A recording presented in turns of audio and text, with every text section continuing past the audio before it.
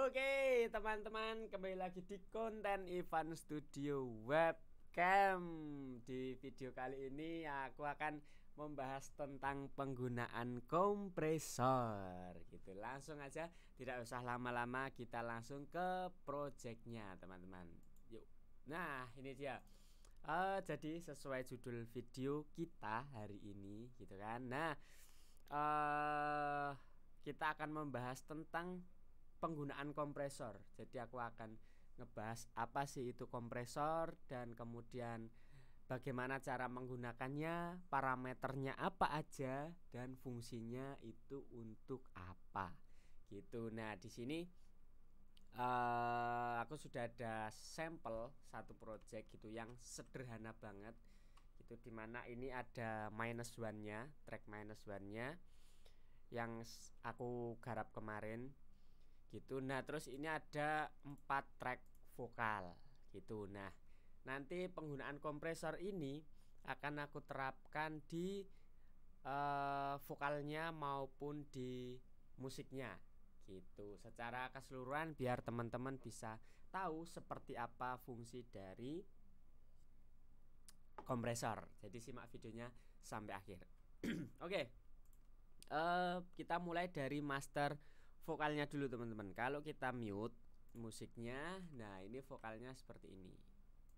Di ufuk hilang gemilang, laksana kencana, langit bakubah agung terpampang. Nah, kayak gitu. Terus di bagian akhirnya ini, perdamaian akankah tiba, perdamaian akankah ada, keluhan hati insan di jagat raya. Nah, itu track vokal ini, teman-teman, ini ada 4 vokal. Nah, ini terdengar sangat rapi. Volumenya itu rapi, tidak ada yang tiba-tiba keras, tidak ada yang tiba-tiba kecil, tidak ada yang nggak terdengar jelas gitu. Semuanya rata.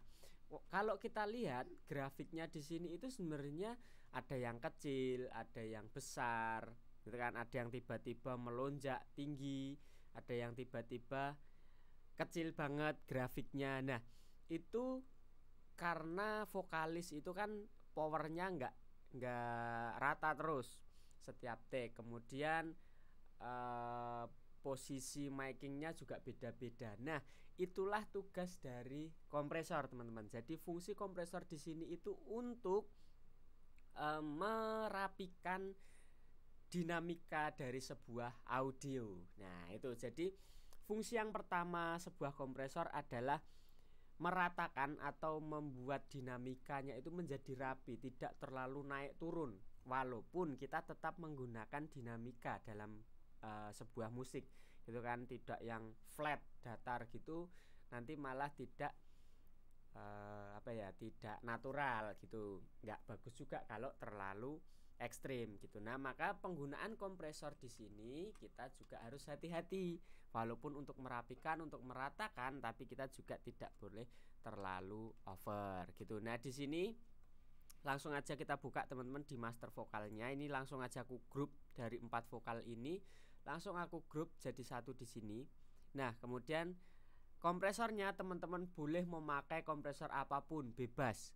Mau dari bawaan Cubase-nya, mau dari Wafes, mau dari Fab Filter, mau dari produk apapun silahkan gitu. Nah, kebetulan di sini di sampel ini aku pakai produknya dari T-Rex 5 gitu, teman-teman. Nah, di sini penampakan kompresornya itu seperti ini. Ini T-Rex 5 bass kompresor. Nah, kenapa aku pakainya yang bass kompresor?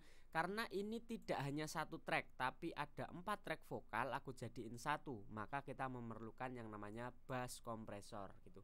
Bass kompresor itu biasanya atau aku sering gunakan itu di master-master setiap track. Misal ada vokal aku jadiin satu master, nanti drum jadiin satu master. Nah, itu kemudian masternya aku pasang di bass kompresor. Ada juga kompresor yang untuk satuan atau yang untuk per track, teman-teman gitu. Cari aja yang tidak menggunakan bass kompresor. Biasanya namanya cuman dynamic kompresor ataupun kompresor aja gitu. Nah, tapi secara keseluruhan itu parameternya sama. Di sini ada rasio, ada attack, ada release, ada threshold, dan ada juga make up gainnya. Kemudian ada beberapa juga fitur side change atau biasanya juga nggak ada gitu. Nah, ini beda-beda, tapi secara keseluruhan yang kita pakai itu sama. Nah, kita bedah satu-satu.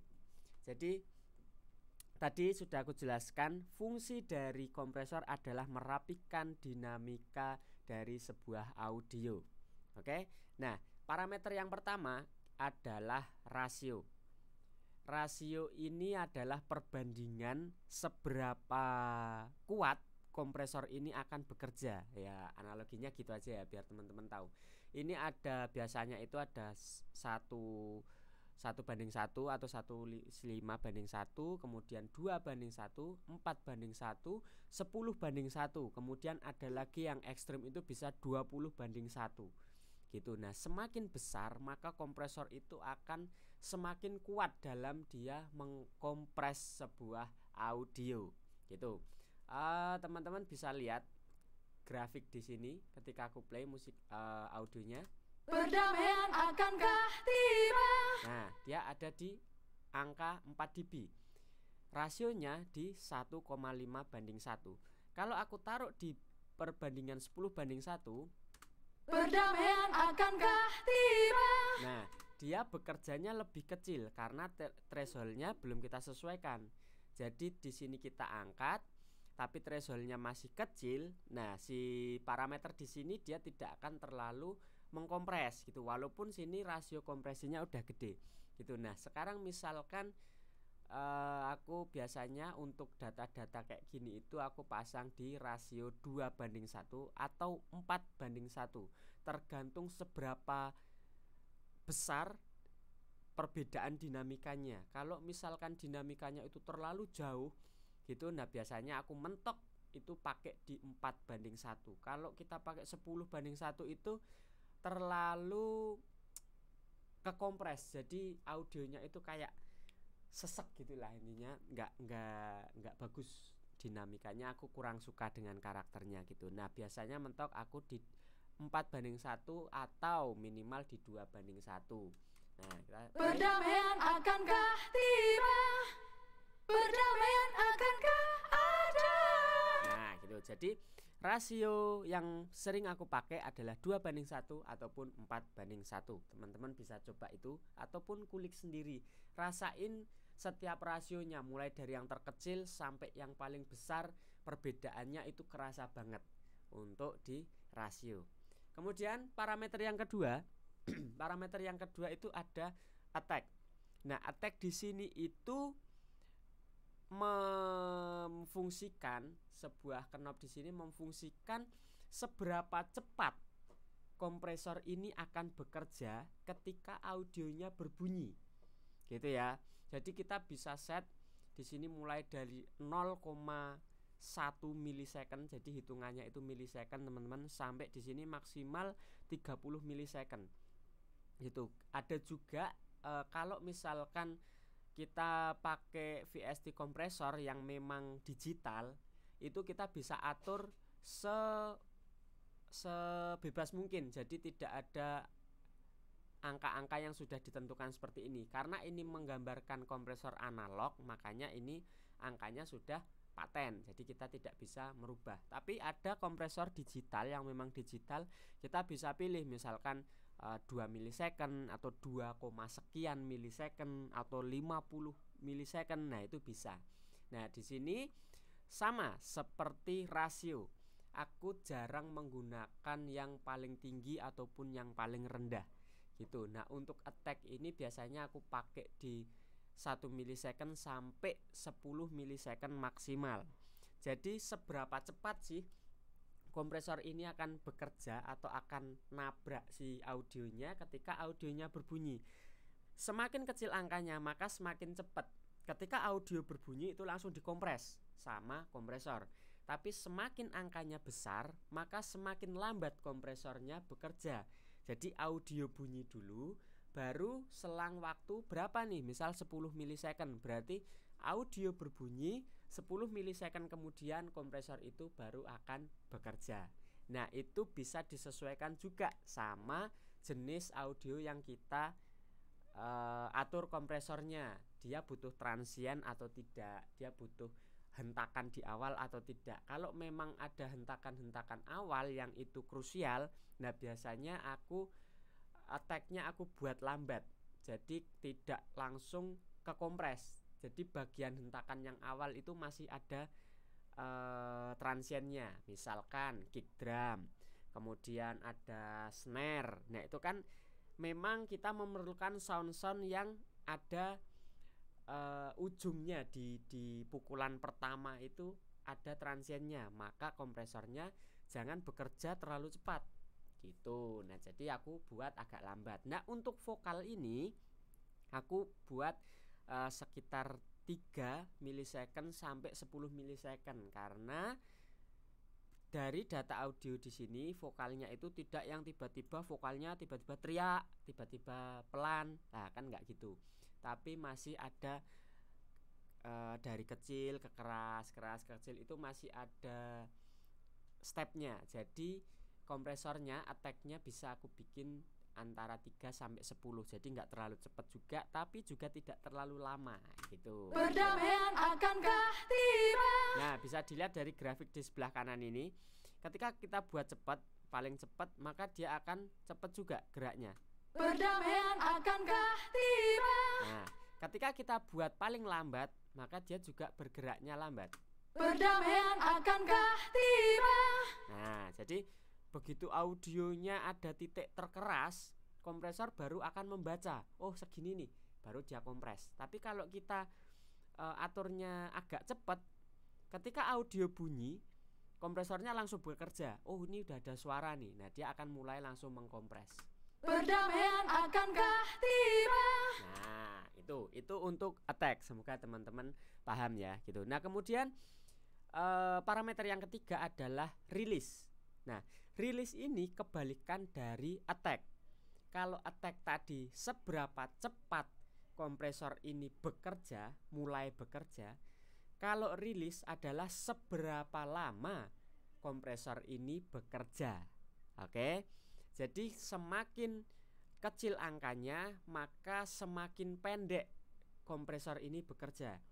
Semakin besar angkanya, maka semakin lama audio yang terkompres atau kompresornya bekerja itu semakin lama. Misal kita bikin di sini 1 milisecond gitu. Jadi audionya berbunyi kemudian dikompres itu selama 1 milisecond oleh kompresor. Setelah itu kompresor akan melepaskan, akan normal lagi, dan seperti itu seterusnya sampai seberapa banyak nih audio yang kita kompres gitu. Jadi antara attack dan release ini memang harus sinkron, harus saling berkaitan dan harus seimbang, harus sesuai banget kita ngaturnya gitu. Perdamaian akankah tiba?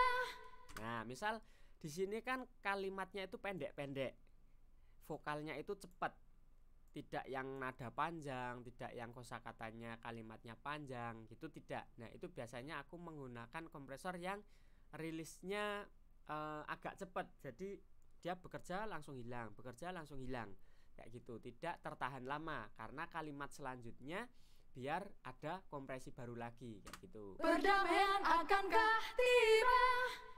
Perdamaian akankah ada? Keluhan hati insan di jagat raya. Nah pas vokalnya berhenti, kompresornya pun langsung ikut mati. Itu kalau rilisnya cepat. Tapi kalau rilisnya kita bikin agak lama, maka ketika vokalnya diem, kompresornya sebenarnya masih bekerja. Perdamaian akankah tiba? Nah pas tiba itu kan sebenarnya langsung diem, tapi kompresor jarumnya itu masih turunnya secara perlahan. Tapi kalau kita bikin cepat, perdamaian akankah tiba? nah dia langsung balik, langsung hilang lagi kompresornya. Nah itulah gambaran antara attack dan release, seperti itu ya teman-teman. Nah kemudian parameter yang ketiga adalah threshold. Nah threshold ini itu yang menentukan setelah kita tadi setting rasio, attack-nya berapa, rilisnya berapa lama. Nah, threshold ini adalah suara dengan volume berapa kompresor ini akan bekerja, menyentuh angka berapa nih gitu. Jadi kita bikin paling maksimal gini ya. Perdamaian akankah tiba? Nah, kompresornya tidak bekerja sama sekali. Karena apa? Karena audio vokal kita di sini berarti belum menyentuh sampai angka 20 dB di sini. Tapi kalau kita turunkan misal sampai 10 dB, apakah dia akan bekerja? Perdamaian akankah tiba? Nah, belum bekerja. Berarti audionya belum menyentuh angka 10 dB. Gitu ya, paham ya? Nah, kita misal mau set yang kekompres itu ketika audionya menyentuh di angka -2 misalkan, -2 dB. Berarti setiap audio yang melewati batas -2 dB otomatis dia akan kekompres, otomatis kompresornya bekerja. Kita lihat grafiknya di sini. Perdamaian akankah tiba? Perdamaian akankah ada? Jadi audio yang melewati batas -2 dB otomatis dia akan terkompres, akan dibatasi oleh kompresor. Itulah yang membuat dinamikanya menjadi rapi, gitu ya. Jadi kita bisa setel ini, kita bisa atur ini mau di angka berapa nih. Misal kita mau bikin di angka -10, berarti otomatis audio di angka -10 itu sudah kekompres. Perdamaian akankah tiba? Nah, jadi akhirnya Perdamaian akankah ada? kecil banget karena audio kita lebih dari itu. Nah, makanya threshold ini juga kita bisa atur sesuai dengan data audionya. Teman-teman jangan hafalin angkanya, tapi sesuaikan dengan data audionya. Nah, biasanya yang jadi patokan adalah view meter di sini. View meter di sini ngompresnya itu kalau aku biasanya maksimal di angka 8, minimal di angka 4. Nah, itu menurutku parameter yang paling pas buat aku, yang paling enak gitu. Jadi Perdamaian akankah tiba? Perdamaian akankah ada? Keluhan hati insan di jagat raya. nah, dia maksimal ada di angka 8, rata-ratanya ada di angka 4 dB dengan threshold -3 dB. Nah, itu buat aku dengan data track record seperti ini itu sudah cukup. Nah, itu jadi threshold ini bisa teman-teman sesuaikan sesuai dengan datanya. Kemudian yang terakhir adalah make up gain. Nah, make up gain di sini adalah hanya untuk mengatur volume data yang sudah kita atur kompresornya tadi. Jadi dia tidak akan merubah dinamika, tidak akan merubah dari attack rilisnya. Dia hanya akan mengecilkan atau membesarkan volumenya aja gitu. Perdamaian akankah tiba? Nah, tapi kompresinya tetap sama. Perdamaian akankah tiba? Perdamaian akankah ada? Nah, bahkan kalau kita kecilkan seminim mungkin, grafiknya tetap sama. Perdamaian akankah tiba? Nah, tetap di angka 4. Walaupun kita keraskan, Perdamaian akankah tiba? nah, kompresinya tetap di angka yang sama. Gitu ya. Jadi ini make up gain hanya untuk balancing lagi. Setelah dikompres biasanya aku akan balancing lagi dengan make up gain ini.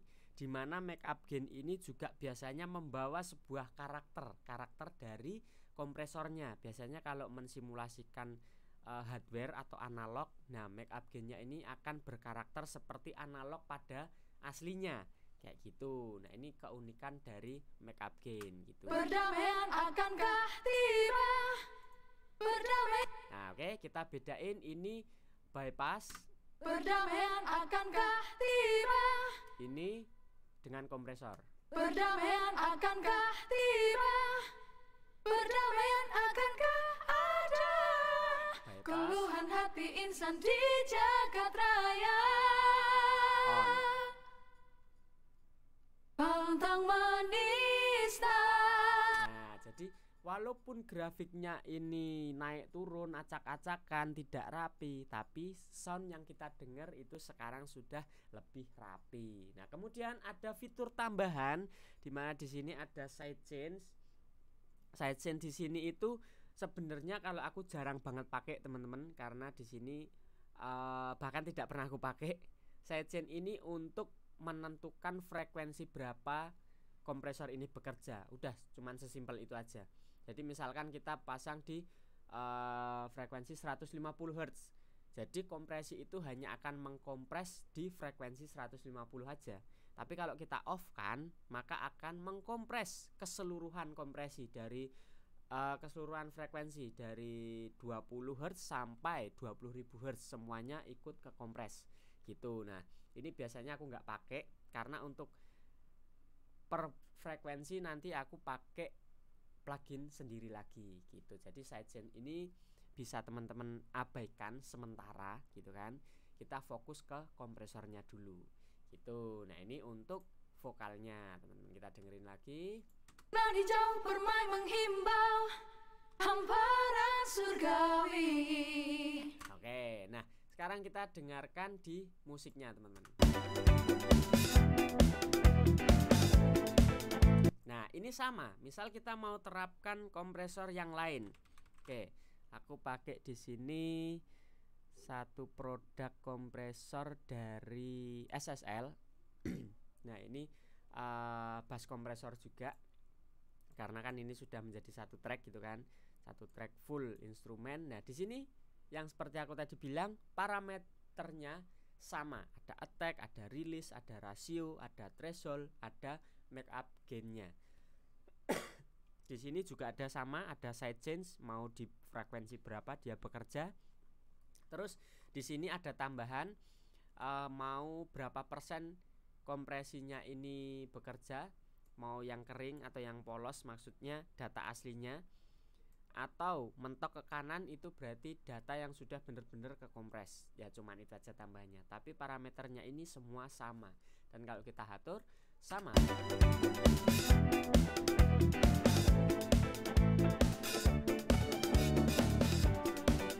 Nah, sama. Parameternya juga aku sama. Di view meter aku targetku sampai di angka 4 atau maksimal di angka 8 dB. Tidak lebih dari itu.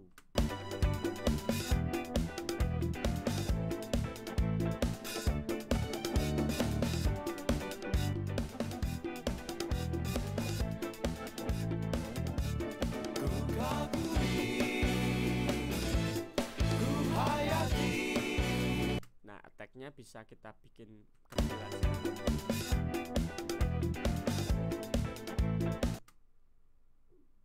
Rasionya juga yang bypass ini on. Nah, volumenya bisa kita samain.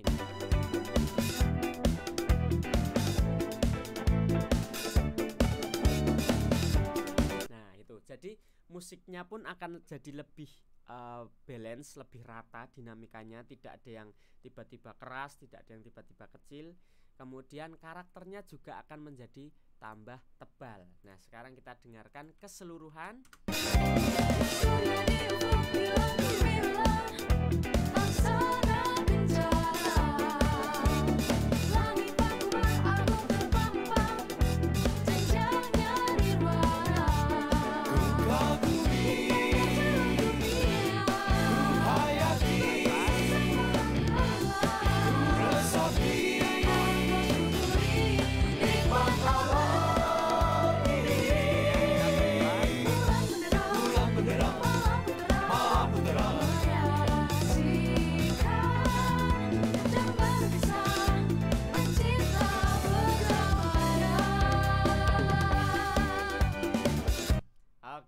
Gitu teman-teman. Jadi itulah cara bagaimana menggunakan kompresor gitu ya, untuk data-data yang bisa dibilang tidak rapi dinamikanya. Jadi ada yang tiba-tiba keras, tiba-tiba kecil, ada yang loncat sana, loncat sini.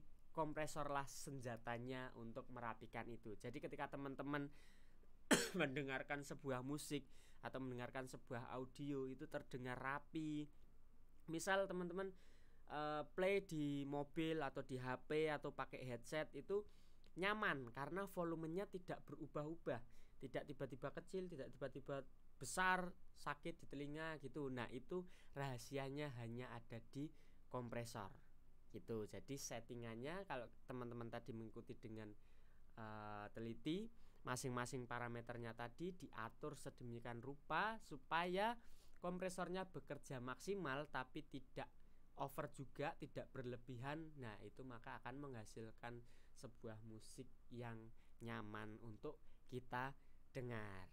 Gitu ya, teman-teman. Oke. Sampai di sini dulu video kita membahas tentang kompresor. Next kita akan bahas lagi tentang plugin-plugin yang sering kita gunakan ketika produksi musik. Teman-teman juga boleh tanya, kalau ada pertanyaan silakan tulis di kolom komentar, pasti aku akan jawab, pasti aku akan buatkan videonya gitu. Sampai jumpa di next video. Jangan lupa berkarya aja dulu dan salam audio. Bye bye.